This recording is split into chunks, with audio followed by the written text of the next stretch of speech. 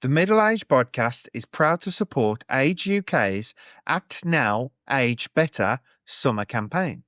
Act Now, Age Better is bringing together the world of sport, physical activity and movement on a scale not seen before to inspire people in midlife to get moving to lead a healthier later life.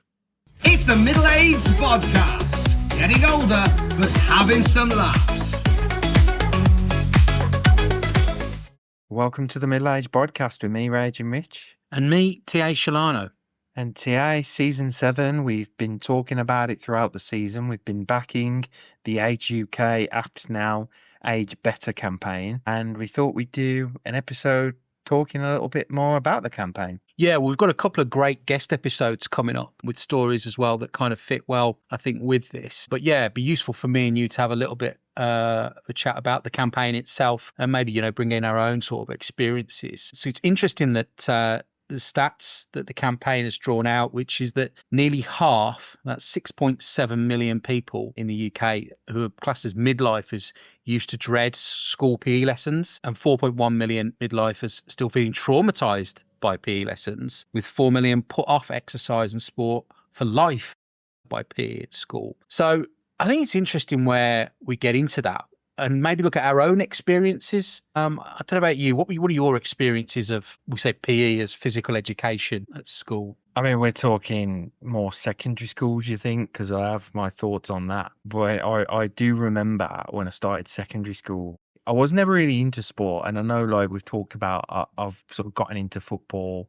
I'm not going to mention wrestling because I can just picture Mrs. Shalano listening to this episode going, wrestling's not a sport. It is, Mrs. Shalano, it is. But yeah, I think the first thing that they actually got us doing was rugby. And I just remember thinking the whole thing about just trying to play that and getting tackled to the ground, it's just not really for me. I just didn't really like that as a thing.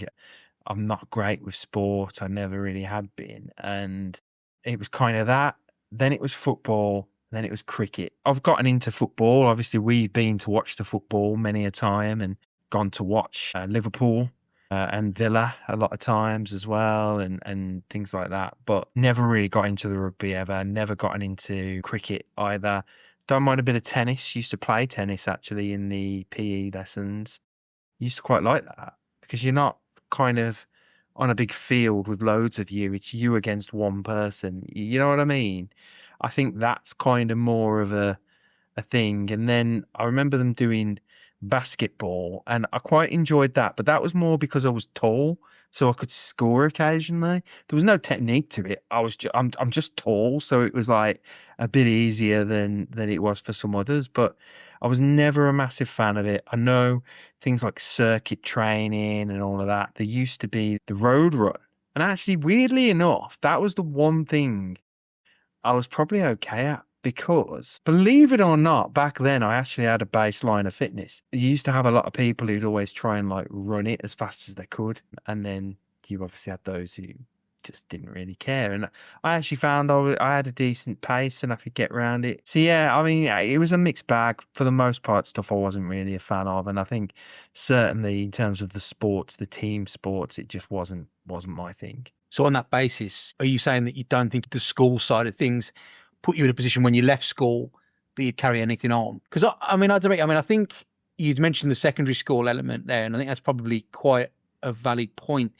Because I don't know about you, but in terms of like primary school, I think it felt less of a competitive thing, some of this stuff as well, in terms of what they were looking for, in terms of getting people who were good at stuff as well, for teams and for moving on. Whereas towards the end of primary school and then maybe secondary school, it was focused more around ability.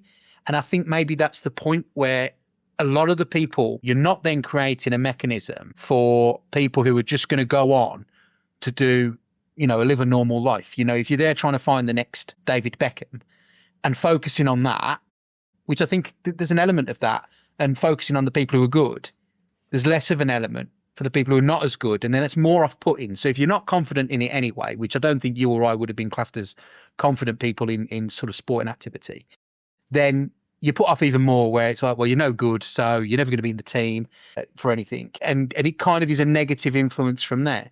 Well, there's a lot of things about it. A couple of things have just come to mind, actually. They did a basketball team, and I actually tried out for it. And it wasn't because I thought I'd get into it. I just thought I'd do it for a laugh. Didn't get into it, but I remember one of the lads, he was actually in my class, seeing me and a couple of my mates there for it, just laughing. I didn't like the fact that he laughed about it. I'm like, look, we're just here to see what it's about, and look, didn't get in. Of course not. Wasn't good enough for that, but it's that thing, isn't it? I do have a bit of a funny positive story of PE, actually, and it was towards the end of secondary school. I don't really know what it's like now in secondary schools, but it used to kind of be, there was like bloke sports and women's sports, wasn't there? Like, so the lads would go and play rugby, football, and the main one for the girls was hockey. And then sort of towards the end, you kind of got to pick the thing you wanted to do in the last year or two. And I remember me and my mates choosing hockey because it's like, actually, all those uber competitive blokes that we went to school with, let them go and play football and rugby and all that. Let's do the hockey. There were 2 girls in my school who were really good at hockey. And it was only a few months that we did it because it was kind of like the last little bit of school. I remember it. But there were these 2 girls that were really good. And the very last ever PE session, they couldn't do PE. And so me and my mates were on a team. We actually won. Somehow, team won. And I just remember it being a good laugh. And I think because the competitive people weren't there, they were watching from the sidelines. They ended up like cheering on, actually. But because they weren't playing, it was good because you're like, oh, actually, you can have fun. It's when the competitive people and by the way, those competitive people who are obsessed with winning, it's not about team building or anything. I suppose that plays into the point, though, doesn't it, then? If you don't enjoy something, and it's got that negative connotation to it, it's then more off-putting later. And I think that's where the campaign, Age UK believe, obviously, with the right opportunities and support, that midlifers can get active, connected and motivated for the longer term. And they're empowering people in midlife to let go of those past experiences and embrace, the time in life now and invest in their future. And I know they've joined up with a lot of organisations to support that, to get people to go and, try something out, which, even you and I should be looking at something like that, perhaps something we haven't, ever attempted before. But it's the important side of this, I think, is in terms of 1 in 6 deaths in the UK is linked to physical inactivity. So, there's that kind of clear link that not only are you likely to experience, poorer health in later life, but, actually premature death is very much a real thing from physical inactivity, which I think we're all more guilty of now, aren't we? With everything's easier to delivered to you, and people aren't doing as much normal exercise. A lot of jobs, become quite sedentary. So it actually makes that whole point about having something to keep yourself physically active more important than ever, really. Well, I think you're right with that. And kind of taking it back to us with the walking and kind of trying to find things to do and doing the charity walk, that's certainly been something that gave us really something I never expected to be able to complete. And I know we've sort of spoken about that before. And I think it does show that actually you can get out there, you can do things. And obviously we've got some great guests coming up, as you said earlier, and they're going to really be a great inspiration and a really good kind of, I'm trying to think of the right word really for it, but kind of a motivator, a trailblazing sort of thing. You know what I mean? And I think that's it. It's about getting out there. It's about trying to do something that's going to improve your physical health, but also your mental health as well. And I think we said that, didn't we, with the walking? That was something that really helped. I mean, I just find the one thing that's really helped me when I have been out and doing that on my own is putting music on, for example. I mean, but on that point, you talk about sort of mental health and stuff like that. Staying active can help improve memory, thinking skills, can cut dementia risks, provide a better mood, and sort of, help to reduce stress, anxiety and depression. Being active more than once a week is linked to a lower risk of depression. And group activities keeping you, moving can fight loneliness. Because again, loneliness is another thing that's talked about a lot at the moment as being quite negatively impactive of people's health in a way you don't realise. So all these things about kind of getting out there and doing stuff have got all these other benefits as well. Yeah, I think you're right. I mean, the loneliness thing, it's interesting, isn't it? Because there's a lot of things actually when you think about people who go to the gym or people who go running, there's a lot of this sort of physical activities that are very much solitary kind of things. But then I suppose when you think about park run or those kind of events that are ran, actually, there's a lot more of a social element to it as well. So maybe that's it. I mean, maybe that's part of it as well. Yes, the training and the kind of the beginning of it's very much a solitary thing, but once you get going, you get that there's a community around it and things like that. Maybe that is the thing. Certainly, I think sport wise, things like dancing, it's a great physical activity.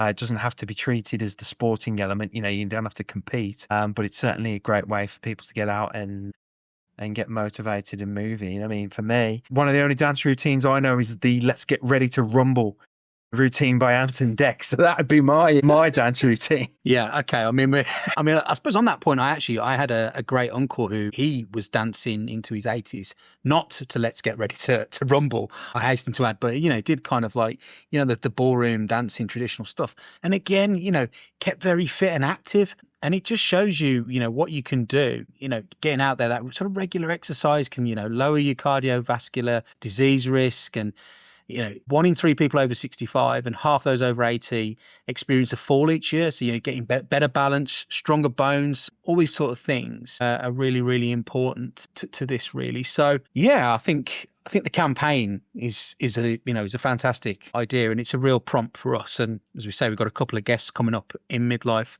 with stories that link in really well to this as well. I was going to say, TA, because we spoke about my PE experiences. What were yours like at school then? Well, not dissimilar to your own, really. I think in terms of following similar types of sporting activities. And again, I think apart from a few stints in goal, for football, I wasn't much good on the sporting side either. Like you, rugby was never really my thing. So yeah, I kind of, thinking back, it's never a great thing. Oh, you know what? You reminded me of something though.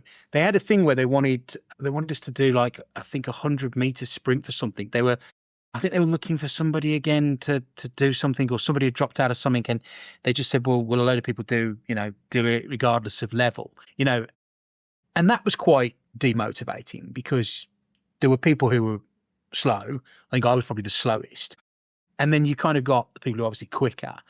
And it's like going and running against Usain Bolt in a stupid way, even you know what I mean? Yeah. And it's off-putting because you feel sort of it's quite a demotivating thing. Then it goes back to what I was saying about the competitive edge.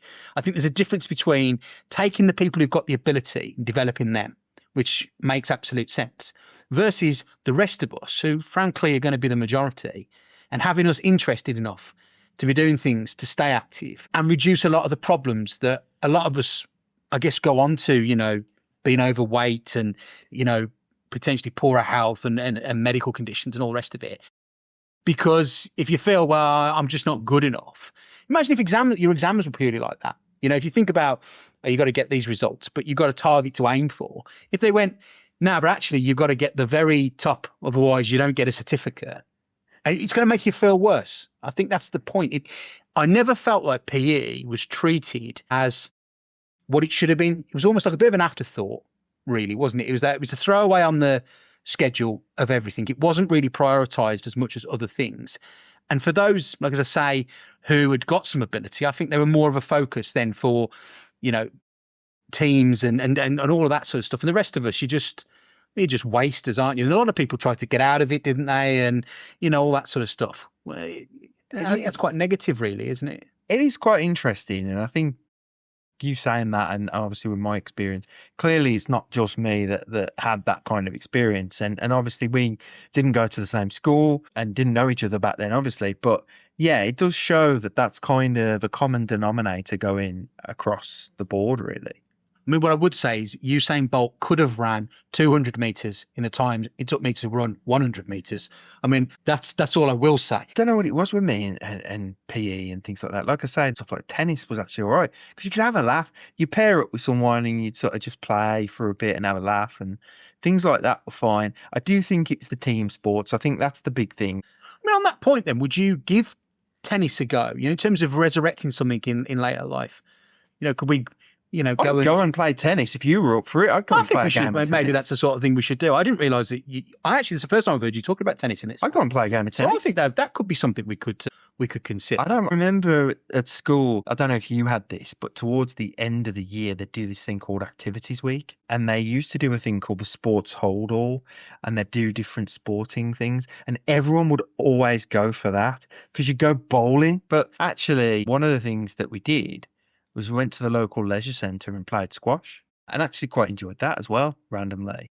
Although I was knackered by the end of it. And again, I did have a level of fitness then and I was knackered. So now there's no hope. No, but that's the point though, isn't it? If you were to pick back up because both tennis and squash, they are very physically active things. Yeah. So if you were to go, you'd have to start off with a lower expectation and then build up. But if you kept going on a regular basis, you would obviously get fitter, and if you're enjoying what you're doing, and they sound like things that you did enjoy, they're things that you might want to proceed with on a more regular basis. And that's probably at the heart of this campaign, isn't it? It's potentially revisiting something that you haven't done for a long time that actually you'd enjoy. Well, I kind of think of things like man v fat football, don't you? Or walking football. And I know we're probably a little bit under the lower age for walking football, but I think it's a really good thing that's out there for people. It's really interesting. I think there's plenty of other things that could potentially be highlighted to people, and I think this campaign's great for that. And I think certainly, as you sort of hit your 40s and you're in your 40s and 50s, I think that's where really it's so important to keep yourself active and doing things. Well, I mean, what the campaign has found is that many in midlife do actually want to get moving. And what would sort of motivate them, sort of stats are that sort of roughly a quarter said that age-specific classes or groups, around a fifth said that more beginner-only sessions would certainly help. Almost 1 in 5 said a more inclusive and welcoming feel to classes or groups, increasing accessibility of classes or groups. And the potential to make new friends is one of the things that's sort of mentioned there.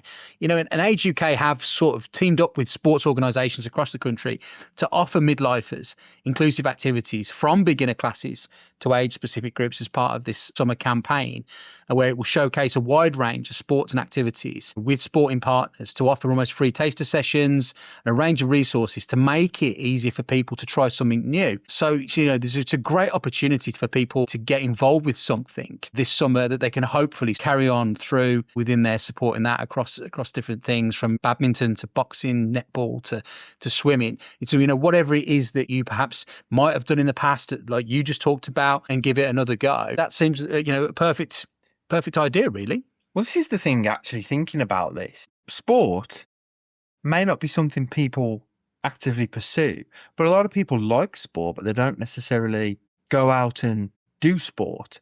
So actually, you think about things like one of the things on the list is the EFL in the community and things like that. And you think, actually, if there were football clubs that said, what we're going to do in the closed season is we could run a tournament, walking football or something like that. It doesn't need to be so super competitive, just something where they could actually say, get people in and then get maybe some of the players. And it doesn't need to be the big names. It could be youth team. It could be anything, just to come in and help give some sort of encouragement and stuff like that. That could be fantastic, really. I mean, one of the things that we'll mention, we talk about our own experiences, but I mean, Mrs. Shalano, for example, she does still get out and do things like swimming on a regular basis, goes to a local pool, and I know she enjoys that. And she does regularly goes bangor dancing was something she took up. So again, that's something where she went as a relative beginner, and there are obviously people of different levels and different ages in the classes, but she's got better at it. So then suddenly other people then see you when they come as a newbie and you've advanced through that process. And that's quite a confidence boosting thing as well. If you take something up and you get better at it and then other people turn up and see that you've developed over time and sort of whatnot. So I think, it's overcoming those negative things, isn't it? Because the thought about doing something is always harder than the actual thing itself, really. So this campaign is absolutely sort of spot on, really. So recommend that anybody listening gets out there and has a look at what Age UK they're doing with this and seeing if that's something that would be appealing to those, in our age range who maybe aren't as active as they would like to be or want to get going with something. I think so, yeah. And we'll put the link to the campaign out there as well. So obviously Age UK have their own website, but they also have campaign specific pages in there as well that give you more information on how you can sign up to different activities and get more guidance on that.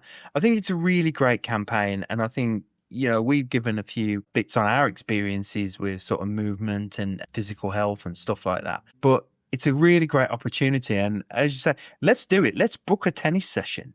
Let's go and do it, because I'd really quite enjoy that, actually. Yeah, I think that could be good. I mean, let's be honest, it'll be terrible at the beginning because I haven't played it in years. But I think it'd be a really good idea to do. It could be really good.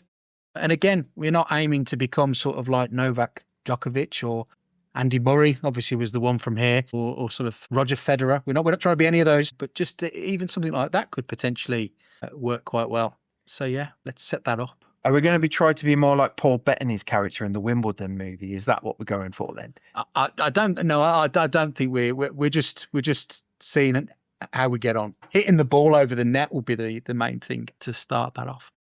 But yeah, we're going to put some links into the description of the episode for everybody. Please do go check out Age UK's campaign. They are on social media as well. They're on Instagram, Facebook, TikTok. They're on all kinds of different platforms. So yeah, we're going to hopefully be able to see some of you guys out and about and getting active. Remember, you've got to act now to age better. Well said. There we are. Thank you very much. Want more Middle-aged Bodcast in your life? Of course you do. Follow us on social media for behind-the-scenes stuff, extra larks and all our latest updates. We're on Instagram and Threads at Middle-aged Bodcast. Facebook's easier. Just head to facebook.com/Middle-aged Bodcast. If you're still hanging on to Twitter or X or whatever it's called now, we're at Middle-aged Bodcast. And if you're on Blue Sky, it's at middleagedpodcast.bsky.social. Or you can swing by our website, middleagedpodcast.co.uk. Give us a follow and stay in the loop. Cheers for listening.